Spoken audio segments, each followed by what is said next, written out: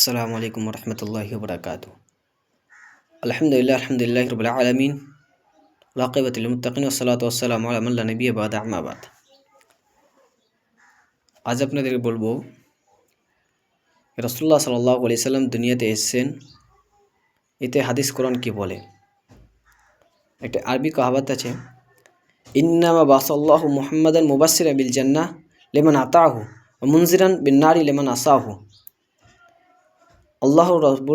আল্লাহ রসুলকে দুনিয়াতে পাঠানো হয়েছে, এনে বলছে ইন্নামা বাসাল্লাহু, নিশ্চয়ই আল্লাহ তাআলা মোহাম্মদ সাল্লামকে দুনিয়াতে প্রেরণ করেছেন মুবাশশিরান বিল জান্নাতি, জান্নাতের খুশখবরি দেওয়ার জন্য। লিমান আতাহু, যে ব্যক্তি আল্লাহর রসুলের আনুগত্য করবে, আল্লাহর রসুলের কথায় বসবে উঠবে, সে ব্যক্তির জন্য তাকে যেন জান্নাতের খুশখবরি দেয়।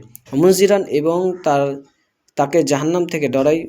লিমান আসাহু, যে ব্যক্তি তার নাফরমানি করবে, যে ওর কথায় উঠবে না বসবে না। তো কথা হলো, আল্লাহর রসুলকে পাঠিয়েছেন যাতে করে মানুষকে জান্নাতের খুশখবরি দেয়, সে জান্নাতে যাবে, এবং জাহান্নাম থেকে যাতে তাকে ডরায়, যে মানুষ তার আনুগত্য করবে না, যেন আমরা আল্লাহ রসুলের আনুগত্য করতে পারি এবং জান্নাত লাভবান করতে পারি। আমিন। আসসালামু আলাইকুম।